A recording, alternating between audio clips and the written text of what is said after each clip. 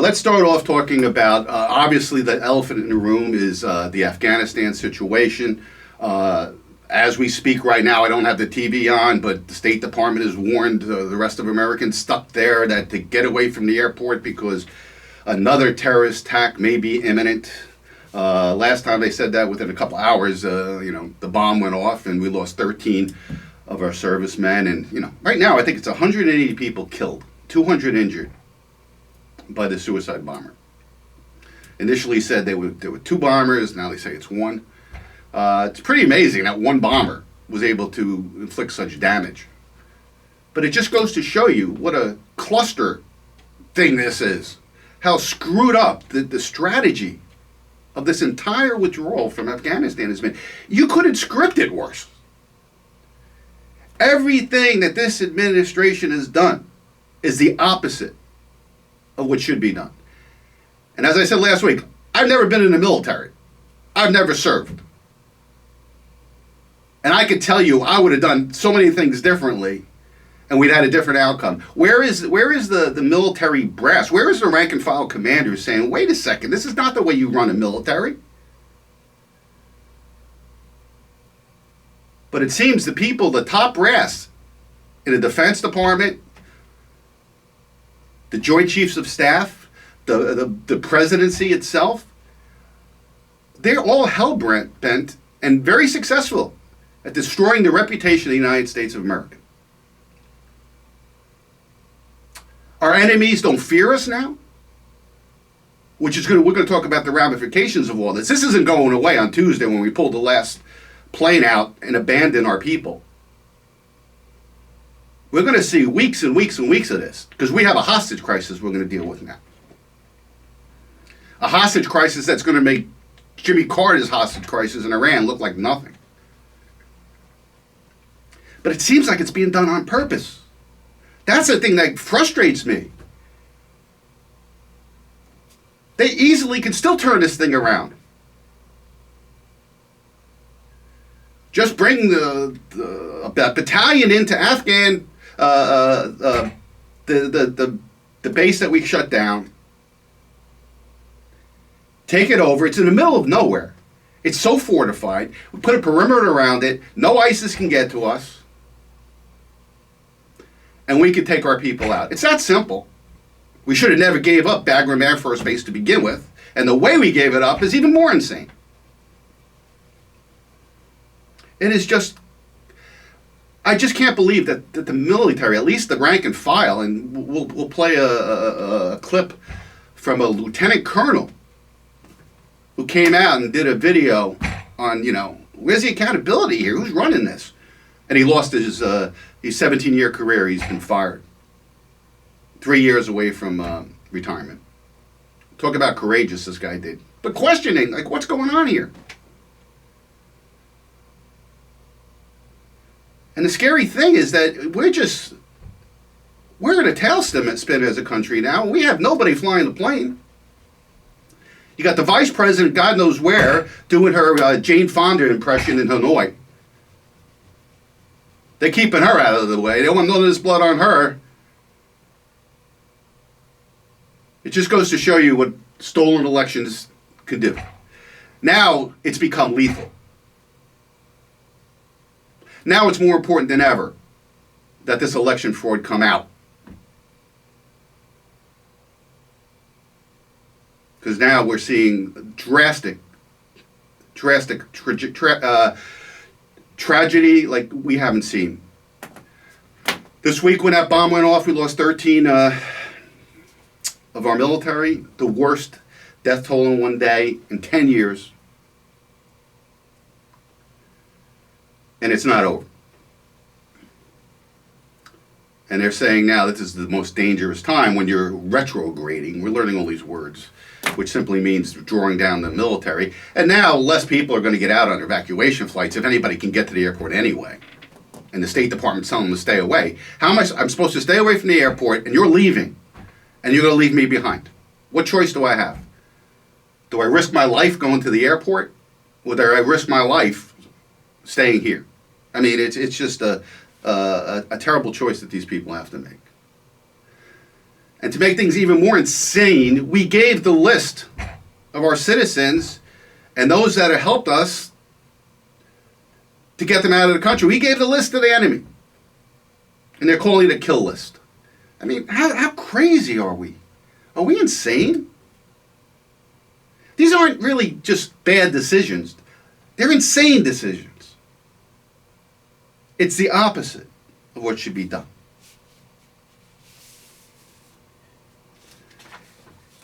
And there's no correction here. It's just going to get worse and worse every week. I come in here not thinking, that the country is going to get worse. Between the COVID craziness, which we're going to get to later, it's just insanity.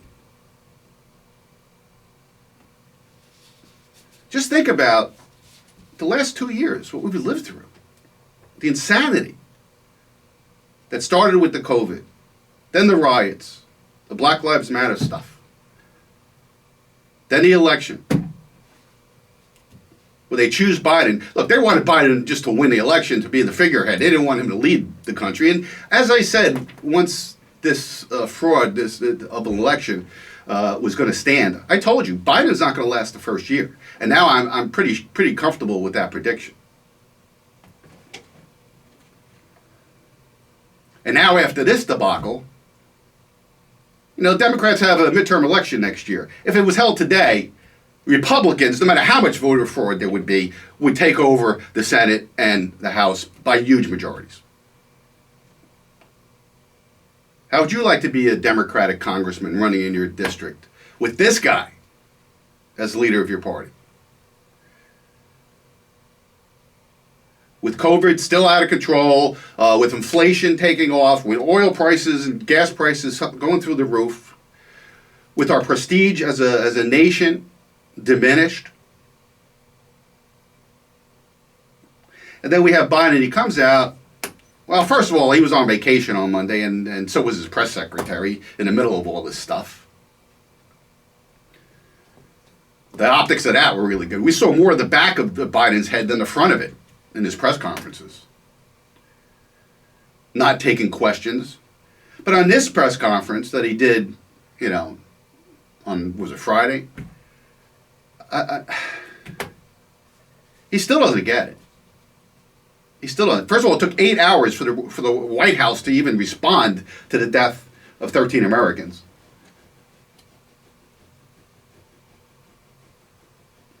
Is this just total incompetency or worse? That's the question. That's the part I fear the most. Not the incompetency of it. Is it on purpose? And who's pulling those strings? So our enemies now don't fear us. I'm sure Taiwan's probably quaking in their boots, knowing that the United States probably isn't going to be there for them. And let's face it, China's bought and paid for the Bidens, right? And now it's paying dividends for them, that's for sure. Are they still calling the shots? I don't know.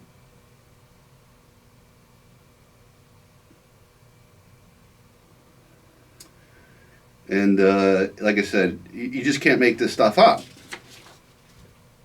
So when we left Bagram Air Force Base, we didn't tell any of our allies. We didn't tell the Afghans. We didn't tell the Brits. We didn't tell the French. We just left in the middle of the night. And the question any person could ask, you don't have to have a military mind to ask this question. Why would we take our military out before we take our people and our equipment out? I mean, that's got to be the first thing they teach you in a war class at West Point.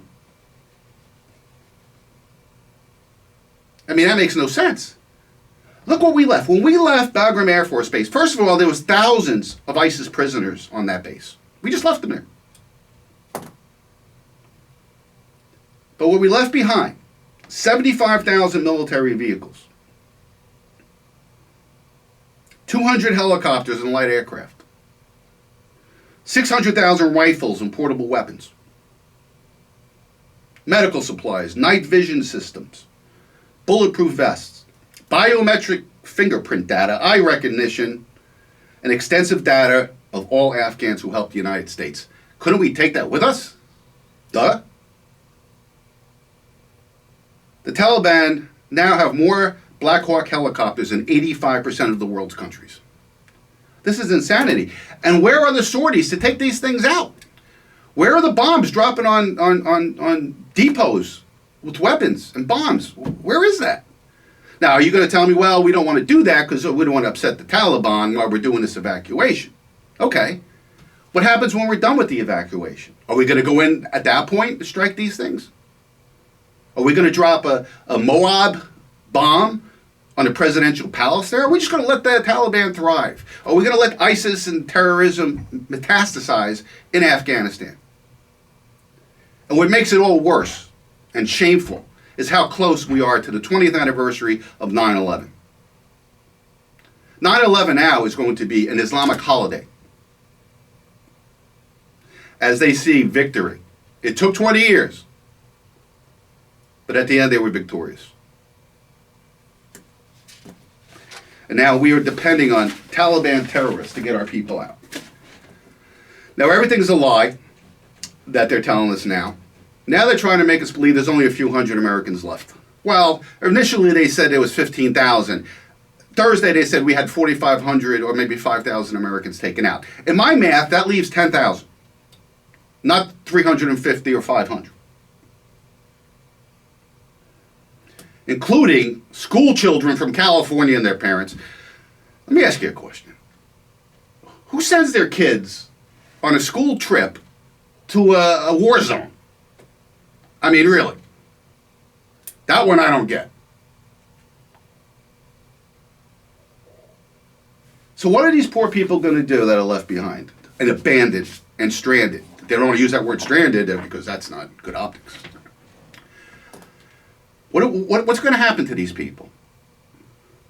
Well, my guess is sometime next week, after Tuesday, after our surrender is complete, we're going to start seeing American hostages being held by ISIS or the Taliban. And they're going to say, if we bomb anything in that country, we are going to cut off the heads of these people on TV. Let me tell you, that's what they're going to do. Not to mention what they're going to do to their own people that helped us. They're already doing it. And I got to tell you, from what I'm hearing, I mean, when they say Biden's approval rating dropped to 41%, who are these 41% of people? Who are these people that approve of this guy? First of all, we know the polls are skewed, so it's probably 30%. But what is there to approve of this guy? What do you approve of this guy? Doesn't even know where he is. And to his, I don't want to say credit, but he doesn't know where he is. He's not calling the shots. He has no idea what's going on. Or if he does, and he's making these decisions, I don't know the answer to that question, why he would do that. The guy's not all there. You could tell. His press conference, he was coughing, he was stuttering, he looked tired, he looked exasperated. And then when Ducey asked him the question, now, he comes out after he gives his rambling nothing speech. He said one word that sticks in my mind. Jim, did you see his news conference on Friday? What's the word? What's the word he used towards the end of it that certainly got my ire up? He said, I have a list I've been instructed to call. Instructed. All right, who's instructing you? That's what I want to know. Where did that instruction come from? Did it come from the chief of staff or did it come from somebody else? To show you his incompetence, I mean, he has to have a list of people to call. He can't just pick somebody's hand whose hand's up, right? He had a list. He probably had the questions in advance because those people at the AP and NPR and CBS, you know, they're all obviously giving him shade. But do you think he didn't know? He seemed to have, like, turned to the page where the answer was, write an order for each question that was asked him. Then he made the big mistake. The big mistake was saying, I want to call in the most interesting reporter in the room, which turned out to be Ducey from Fox News. Big mistake, because he finally asked the question that all of us wanted to ask, that nobody else had the guts to ask him. Are you going to take responsibility for this? Then he said, yes, I take responsibility fundamentally for everything that happened, but let me tell you about our previous president and the deal that he made. So again, the buck stops with him, and then he starts blaming Trump. Could you imagine Donald Trump coming out and saying, I was instructed to the list of people to call on? The press would have went crazy. The press would have went crazy on any of the stuff that Biden's done in the first 7 months of his presidency.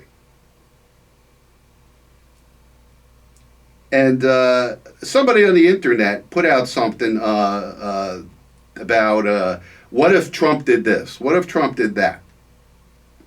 And how would everybody have reacted? Right? Totally different, because the press is hypocritical.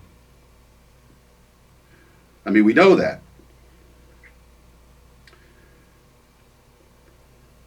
I'm going to play this for you. This was floating around. I forgot it where I saw it on the internet. It was just some woman, some girl saying, what if Trump did this? And I thought it was amazing. I'm going to play it for you. All right, hold on. Okay, here we go. $600. What if Trump promised over 1 million jobs but didn't even come close? What if Trump's presidency was proven to be stolen by foreign interference? Wait. What if Trump's public schedule showed? We're not high tech here. Public schedule showed he only worked 4 hours a day. What if Trump sniffed young children?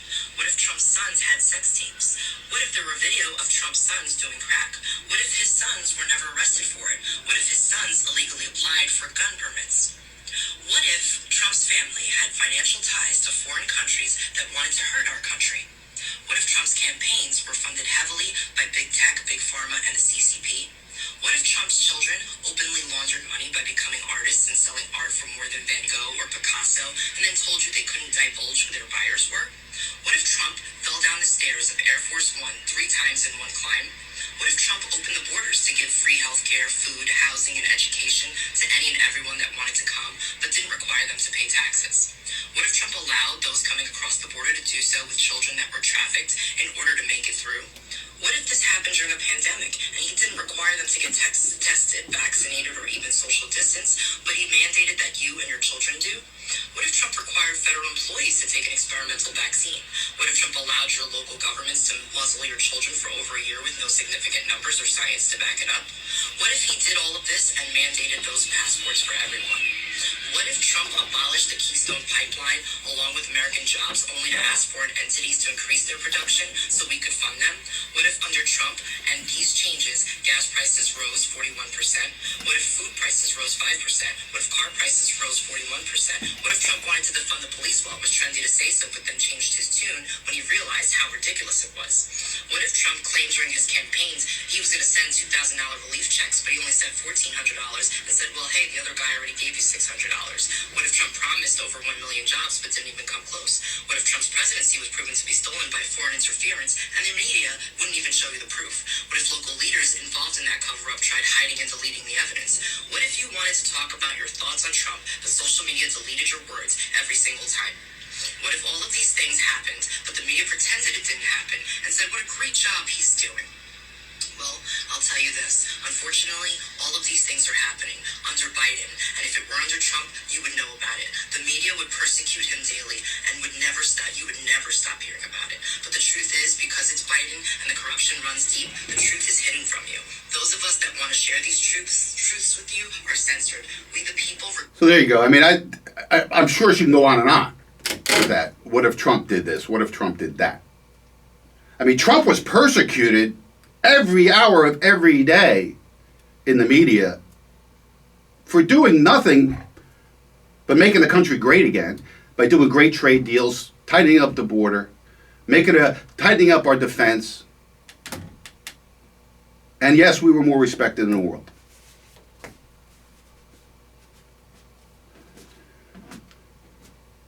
Think about what this guy has done in 7 months.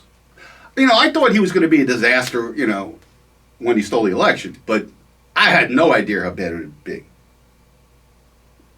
Of course, you start with Afghanistan. I mean, you know, the one guy who's really happy these days, I don't know about happy, but relieved, is Jimmy Carter. He is no longer the worst president in the history of the United States. He has not had the worst military failure with those helicopters that crashed in the desert during the Iran hostage crisis. Biden has taken over the mantle as the worst president with the worst military disaster in our country. And as my wife said, she said that it's a good thing that Carter's alive to at least see this, that he's now no longer the worst president ever. Then the coronavirus. You know, he campaigned, you know, we're going to get this thing under control. It's not under control. Cases are surging. We got the Delta variant. Unvaccinated are growing increasingly frustrated with, furious is probably the word if you don't want to talk about me, as being treated as second-class citizens because you're not vaccinated. He had this eviction moratorium, got slopped down by the Supreme Court, so he instituted it again, figuring, I know I'm wrong, you know, it's probably unconstitutional, but we'll buy some time. Well, the Supreme Court voted 6-3, of course, 3 liberal judges, to throw out as unconstitutional the CDC's mandate of the evictions. How does the Center for Disease Control have the power to tell landlords that they can't charge rent or evict anybody? Where do they get this power? Where does these non-elected organizations, where do they get the power over us like this? Another disaster for Biden. Gas prices. One of his first acts in office, the first day, was killing the Keystone Pipeline, wiping out thousands of American jobs, and assuring us that now we will be dependent on foreign oil again. Again, another thing that Trump did right. Inflation. We have inflation in this country now that we haven't seen to our old friend I just mentioned before, our old President Jimmy Carter. Inflation is hitting 30-year highs, and it's just started, my friends. It's just started. But the Fed met this week, or they didn't meet, but Powell had a speech in Wyoming, and people were wondering if he was going to start talking about raising interest rates or tapering. Nah, he came out with a pretty dovish statement. Market loved it. Stock market at new record highs.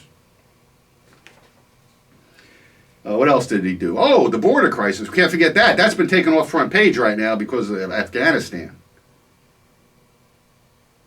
But the mess is there. It's still there. And it's worse than it's ever been. And he has no intention of tightening security at the border. Nope. Meanwhile, we got who knows what coming out of Afghanistan. How do you know they're not going to be coming through our southern border, or haven't already? Or do you? I wonder how vetted these people are that are getting on these airplanes. I mean, suppose we took out 104,000 people, about 5,000 Americans, so almost 100,000 are not Americans. How vetted are they? And by the way, you live here in New Jersey? Right here in your backyard. There's going to be as many as 10 to 20,000. What happens to them after they're there? Are they just going to be let out into society? Into your neighborhoods?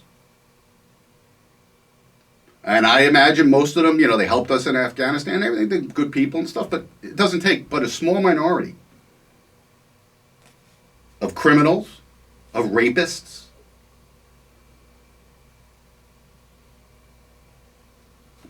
so the border mess now is a national security crisis. It was, and now it's gone up into the red zone. So, nice job, Biden, in 7 months. Now, people are calling for his resignation. Republicans, they're calling for impeachment and whatnot. I don't know if I should root for that or not. Because what will be behind it? So he resigns, Harris becomes the president. She's not qualified to do anything, let alone be president of the free world. And who is she going to name as her vice president? Clinton? Nancy Pelosi?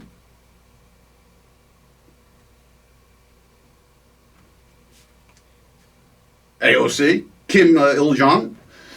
I don't know. And then when she realized that the job is too big for her and she resigns, and that person is president.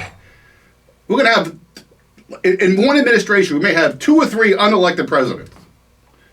It's nuts. So I don't know what to root for. Who would be better? A senile Biden? An incompetent senile Biden? Or a non-senile, incompetent Harris? With her crazy left-wing agendas, we are in trouble in this country right now. We are absolutely in trouble. And I don't see how we get out of it, because the weeks to come are going to be, you think this week that passed horrified you? Wait till you see the days ahead. Now, as I mentioned earlier, a lieutenant colonel in the Marines started questioning the brass in the military about their incompetence and accountability. He's since been fired. I'm going to play a little bit of it. I've killed people, and I seek counseling, and that's fine. There's a time and place for that. But the reason people are so upset on social media right now is not because the Marine on the battlefield let someone down. That service member has always rose to the occasion, done extraordinary things. People are upset because their senior leaders let them down, and none of them are raising their hands and accepting accountability or saying, we messed this up. If an 05 battalion commander has the simplest live fire incident EO complaint, boom, fired. But we have a Secretary of Defense that testified to Congress in May that the Afghan National Security Force could withstand the Taliban advance. We have chairmen of Joint Chief, who the Commandant is a member of that, who's supposed to advise on military policy. We have a Marine combatant commander. All of these people are supposed to advise, and I'm not saying we've got to be in Afghanistan forever, but I am saying, did any of you throw your rank on the table and say, hey, it's a bad idea to evacuate Bagram Airfield, the strategic air base, before we evacuate everyone? Did anyone do that? And when you didn't think to do that, did anyone raise their hand and say, we completely messed this up? I've got battalion commander friends right now that are posting similar things, and they're saying, wondering if all the lives were lost and if it was in vain, all those people that we've lost over the last 20 years. And he goes on to say that we're all part of the chain. While every link may not be tested, the strength of the chain is only as strong as each link, and you got to be, a good link, something like that. And what I'll say is, from my position, potentially all those people did die in vain if we don't have senior leaders that own up and raise their hand and say, we did not do this well in the end.